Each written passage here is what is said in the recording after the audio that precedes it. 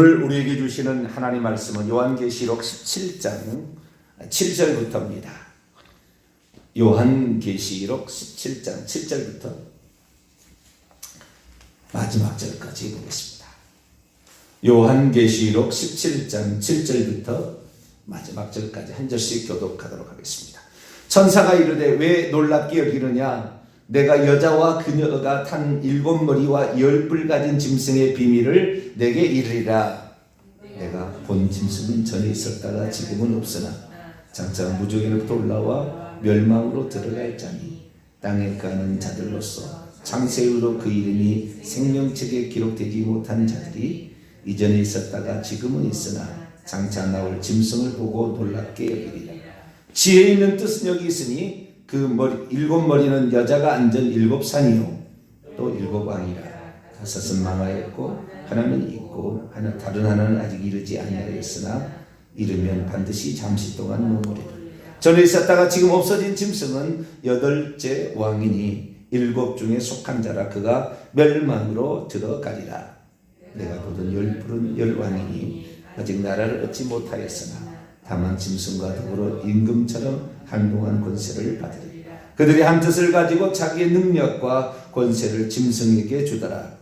그들이 어린 양과 더불어 싸우려니와 어린 양은 만주의 주시오 만왕의 왕이시므로 그들을 이기실 터이요 또 그와 함께 있는 자들 곧 부르심을 받고 택하심을 받은 진실한 자들도 이기리로다. 또 천사가 내게 말하되 내가 본 바 음녀가 앉은 물은 백성과 무리와 열국과 방언들이니라. 내가 본 바 이 10뿔과 짐승은 음녀를 위하여 망하게 하고 헐거벗게 하고 그의 살을 아주 먹고 불로 아주 사르리라.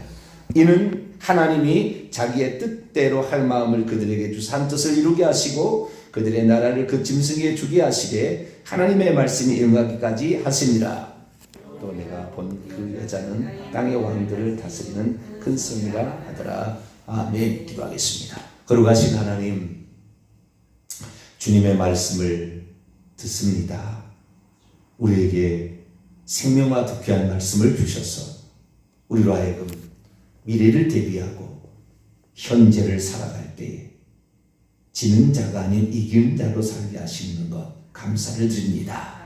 영적 세계에서 우리가 지고 나면 우리도 모르게 세상의 거대한 바람에 물에 떠내려가고 휘말려 갈 수밖에 없습니다. 영적 세계의 분별력을 가지고 우리가 시대를 거슬러 하나님의 뜻을 쫓아 행하는 저희들 되게 해 주옵소서. 이 시간도 주의 말씀을 듣고자 합니다. 하나님 저희들에게 말씀하여 주옵소서. 우리 주 예수 그리스도의 이름으로 기도하옵나이다. 아멘. 할렐루야. 음녀에 관한 말씀을 증거하고 있습니다. 음녀, 어제 그런 얘기를 드렸죠. 음녀가 누구냐라는 그 점이, 음녀는 기독교인들을 죽이는 세 번째 세력이다. 첫 번째는 용이었고 두 번째는 두 짐승이었다. 용과 2마리의 짐승은 사탄의 삼위일체를 지칭하는 것이고, 이것은 외부적인 공격이었다고 한다면 음녀는 스스로 타락하는 것, 무엇이 좋아서, 권력이 좋아서, 인기와 명예가 좋아서 스스로 타락해가는 인간의 본성에 비롯된 그런 것인데, 이렇게 되면은 이들이 예수 그리스도를 믿는 하나님의 자녀가 되었어도 이걸 버리지 못하고, 원래 인간들은 하나님을 섬기며 살아가야 될 존재들이었는데 하나님을 버리고 다른 사람한테 바람이 난 거죠. 음녀가 탕녀가 되고 창녀가 된 거죠. 그래서 다른 존재를 따라가기 위해서 하나님이 아닌 다른 것을 하나님으로 섬기는 그러한 사람들. 여기는 어제 얘기했습니다. 애굽도 되고 소돔도 되고 예루살렘도 되고 바벨론도 된다. 바벨론은 로마를 지칭하는 용어예요. 자, 베드로전서 4장을 한번 볼까요? 5장을 볼까요? 베드로전서 5장을. 베드로전서 5장 12절로 13절을 읽습니다. 베드로전서 5장 12절 13절 있습니다. 시작. 내가 신실한 형제로 하는 실로와 노아로 말미암아 너에게 간단히 써서 권하고 이것이 하나님의 참된 은혜임을 증거하느니 너희는 이 은혜에 굳게 서라. 택하심을 함께 받은 바벨론에 있는 교회가 너에게 무난하고 내 아들 마가도 그리하느니라. 이 바벨론에 있는 교회는 로마에 있는 교회를 지칭하는 겁니다. 실로아노, 이게 바로 라틴어식 표기입니다. 신라죠, 신라. 바울과 신라 있죠. 네, 바울과 신라가 빌립보 감옥에서 교통을 당하는데 그 신라를 라틴어로 실로아노라고 합니다. 네, 그래서 여기는 라틴어는 로마의 언어죠. 그래서 바벨론에 있는 교회는 로마 제국을 지칭하는 또 다른 용어예요. 큰 성 바벨로나 로마시를 의미한다라는 거죠. 내 아들 마가가 이 그 로마에서 베드로하고 합류합니다. 그래서 베드로에게 직접적으로 예수님의 이야기를 다 듣습니다. 그래서 복음서를 쓴 게 마가복음이에요. 마가복음은 베드로 복음서라 해도 돼요. 베드로의 이야기가 마가에게 전달되어서 쓴 거예요. 참고하시고요. 이 바벨론, 이 예루살렘도 된다. 바벨론이라는 것이 예전에 그 담무스 아버지 누구죠? 니무도라고 세미라미스가 종교를 만드는 최초의 종교잖아요. 그 바벨론. 이 바벨론이 나중에 신바빌로니아 제국, 이것이 바로 다니엘 때 나오는 그 우상을 만들어서 두라 평지에다가 우상을 만들어서 섬기겠던 다니엘 시대 그 왕은 신바빌로니아 제국이고 그 옛날에 그거를 바벨론이라 그러죠. 그리고 신바빌로니아 제국을 우리 성경에서 바벨론이라 얘기를 하고 이 바벨론의 대를 위해서 로마가 그러한 어떤 그 엄청난 힘을 발휘하고 있어서 바벨론을 지칭하는 건데요.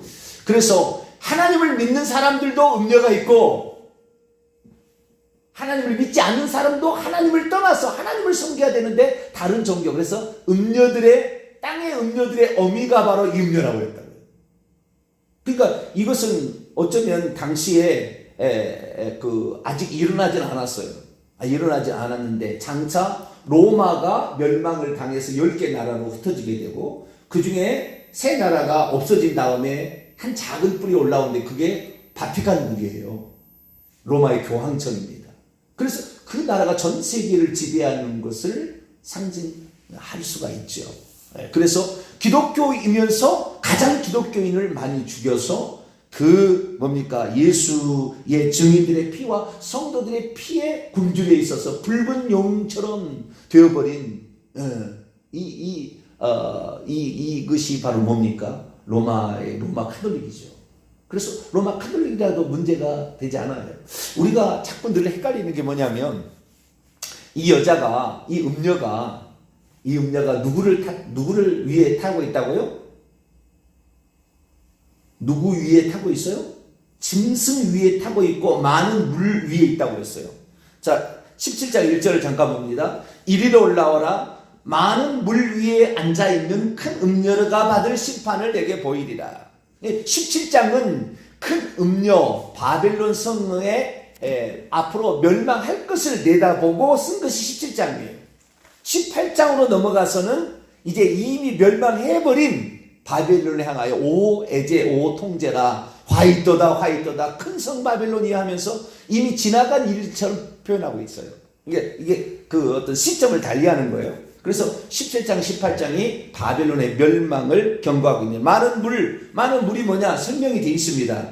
많은 물들은 15절입니다. 또 천사가 내게 말하되 내가 본 바 음녀가 앉아있는 물들은 백성과 무리와 열국과 방언들, 이 세상을 지칭하는 네가 항상 나오잖아요. 4개로 나오는 거. 동서남북 나오듯이 백성과 무리와 열국과 방언들은 뭘 지칭하냐면 이 세상을 지칭하고 특히 이방 세계를 지칭하는 거예요. 이방 세계를 지칭하는 표현입니다. 그래서 이방 세계의 그러니까 이방 세계 나라 위에 항상 거기에 왕노를 하고 있는 그들을 홀해가지고 그들을 부려서 그들을 자기를 따르게 하고 그들의 경제적인 이익을 주고 해서 종교로서 정치적인 세력을 형성하면서 종교적으로 그들을 다스리고 있는 존재, 이 음녀죠. 뿐만 아니라 이 음녀가 중요한 건 뭐냐면 붉은빛 짐승을 탔어요. 3절입니다. 여자가 붉은빛 짐승을 탔어요. 붉은빛 짐승을 탔습니다. 이 짐승의 몸에 하나님을 모독하는 이름들이 가득하고 있고요. 7머리와 10뿔이 있습니다. 7머리. 그래서 이 여자가 짐승 위에 타고 행동하기 때문에 이것이 짐승인지 이게 여잔지 잘 몰라요. 이 짐승은 세 짐승이 있었잖아요. 용과 바다에서 올라오는 짐승과 땅에서 올라오는 짐승, 세 짐승이 있잖아요. 이 짐승이 누구 짐승인지도 잘 모르겠고 늘 헷갈리는 거예요. 그래서 로마 교황이 적그리스도가 되기도 하고 거짓 선지자가 되기도 하고 음료도 되기도 해요. 왜?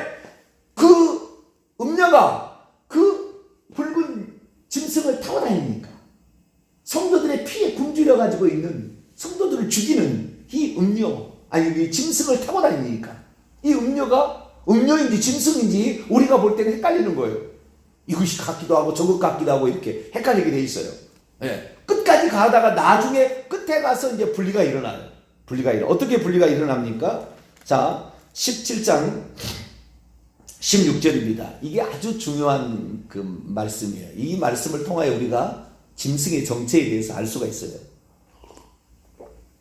자, 17장 16절 읽어볼까요? 시작. 내가 본 바 이 10뿔과 짐승은 음료를 미워하여 망하게 하고 벌거벗게 하고 그녀의 산을 먹고 불로 아주 사르리라. 이 짐승이 누구냐? 여자가 탄 짐승이 용이냐? 바다에서 올라오는 짐승이냐? 첫째 짐승이냐? 땅에서 올라오는 둘째 짐승이냐? 항상 이것이 헷갈리고 지금도 수많은 사람들이 여기에서 헷갈려서 나름대로의 해석을 해놓고 있습니다. 그래서 우리가 이 짐승의 정체를 알아야 돼요. 짐승의 정체. 여자가 음녀가 타고 있는 이 짐승. 셋 중에 하나일 수 있고 셋일 수도 있고 그런 이 짐승입니다. 그래서 여러 가지 이 짐승에 관한 해석들이 있어 왔어요. 근데 이 짐승의 정체를 오늘 요한계시록 17장에서 정확히 알려줘요. 정확히. 어떻게 알려주느냐. 자, 우선 3절에 보니까 이 짐승의 몸에 하나님을 모독하는 이름들이 가득하고 7머리와 10뿔을 가지고 있죠. 7머리와 10뿔을 가지고 있는 것은 셋째 짐승은 아니죠.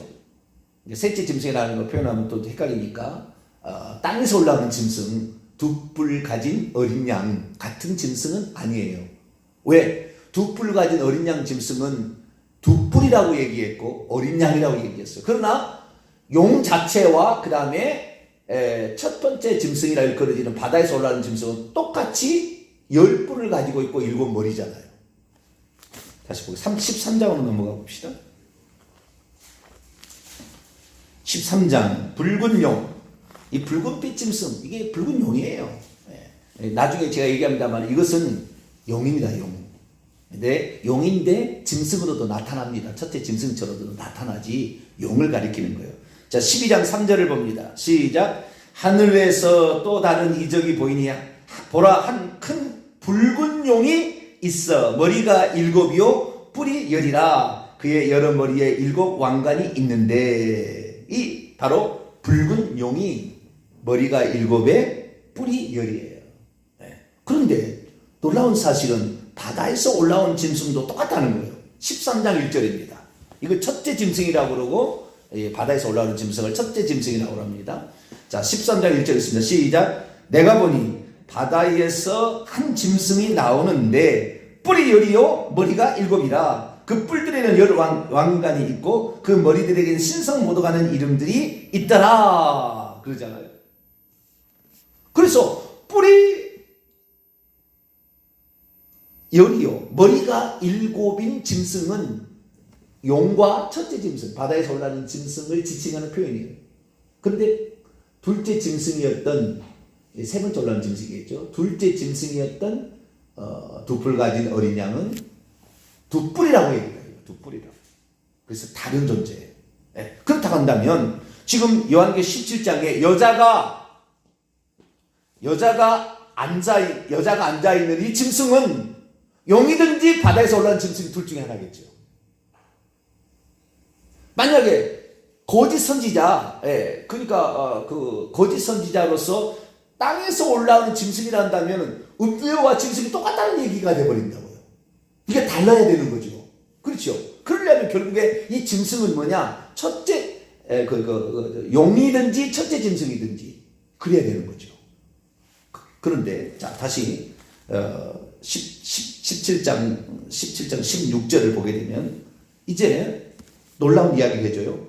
내가 본 바 이 열뿔과 짐승은, 아니, 이 짐승이 가지고 있는 게 열뿔이었고, 일곱 머리라고 그랬잖아요. 그런데, 내가 본 바 이 열뿔과 짐승은 음녀를 미워하여 망하게 하고 벌거벗게 하고 그녀의 살을 먹고 아주 불로 살으리라. 그러면 열뿔하고 짐승하고 여기도 분리시키잖아요. 그죠? 그전에는 열뿔 달린 짐승이었죠. 그전에는 그랬잖아요. 열뿔 달린 짐승이었는데 이제는 열뿔하고 그 다음에 짐승하고 분리하고 있다 그 말이에요. 열뿔과 짐승이 또 뭐하고 분리하면 음녀하고 분리하는 거예요. 음녀를 분류하는 거예요. 이게 17장 16절에 어마어마한 사건이에요. 이 이야기가. 내가 본 바 이 열뿔과 짐승은 음녀를 미워하여 망하게 하고 벌거벗게 하고 그녀의 살을 먹고 아주 불로 살라버린다. 그래서 음녀하고 짐승하고도 분리가 되고 이때는 그러니까 이때는 마지막 점이겠죠. 마지막 점. 예, 마지막 시대의 끝에 몰입에는 다 분리가 되는 거예요. 정확하게 분리가 되는데 예, 그래서 우리가 그럼 이 짐승이 누구냐는 정확히 이 짐승은 용이에요. 결국에. 왜냐하면 열뿔 가진 그 짐승은 땅에서 올라오는 짐승일 거예요. 아니 땅에서 올라오는 내가 말을 헷갈렸어.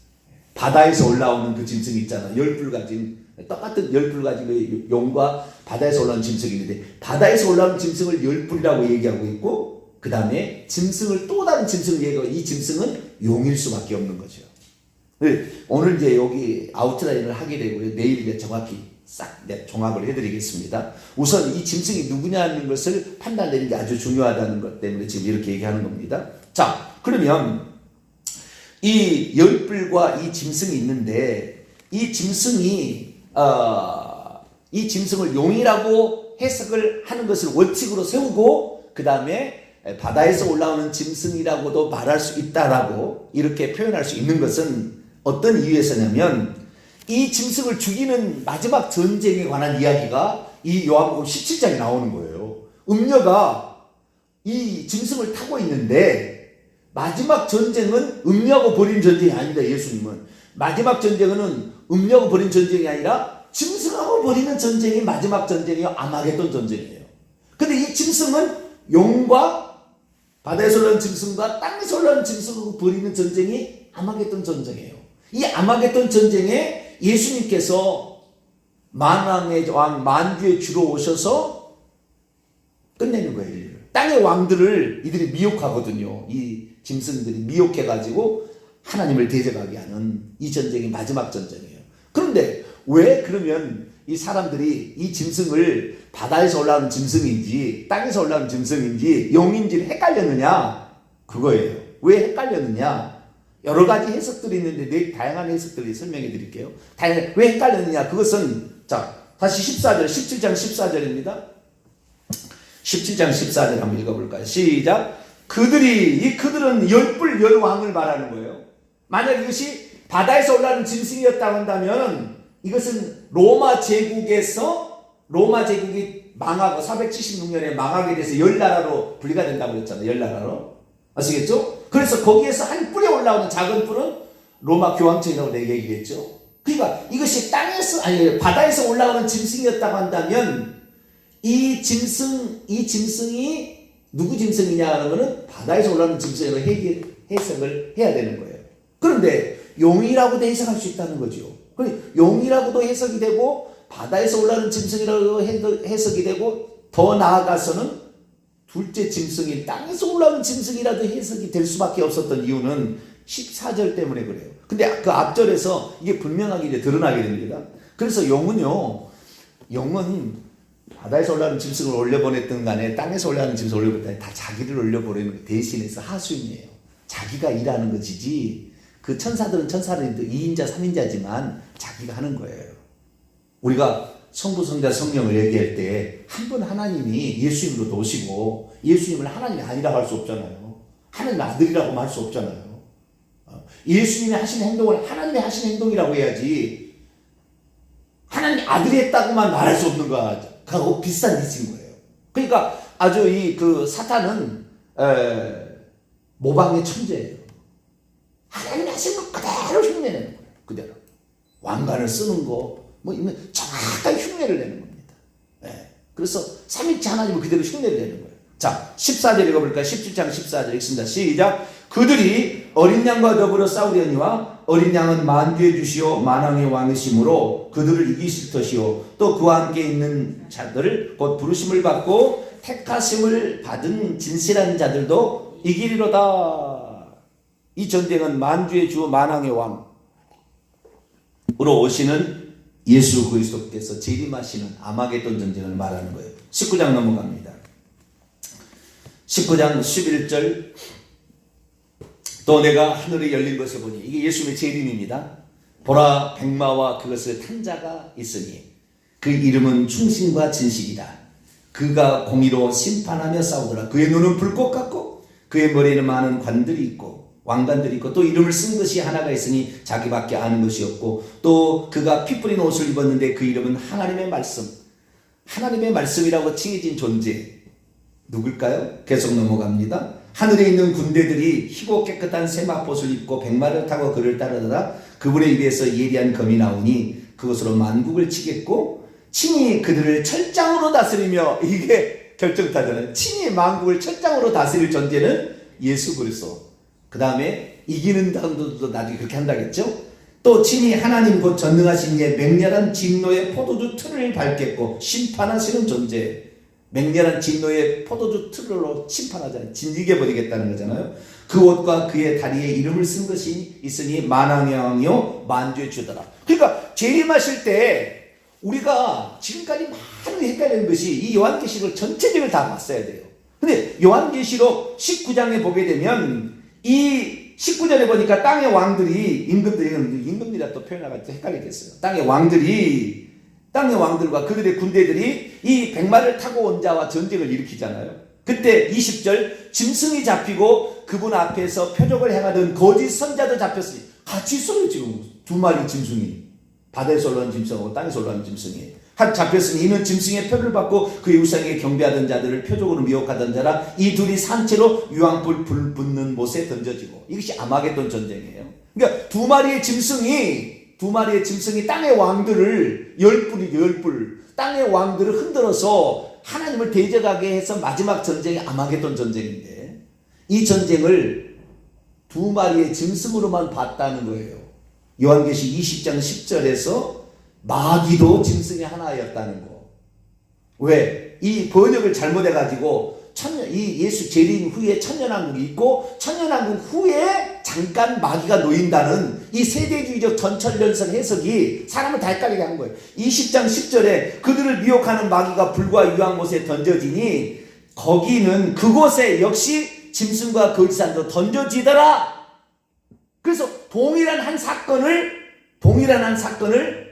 말해주고 있는 이 것인데, 이 천년왕국 후에 곡과 마곡과 전쟁이 있다고 아마겟돈 전쟁과 분리하는 바람에 짐승이 늘 헷갈리는 거야. 이 짐승이 누군지, 용인지 이게 첫째 짐승인지 둘째인지 늘 헷갈리게 돼 있어요.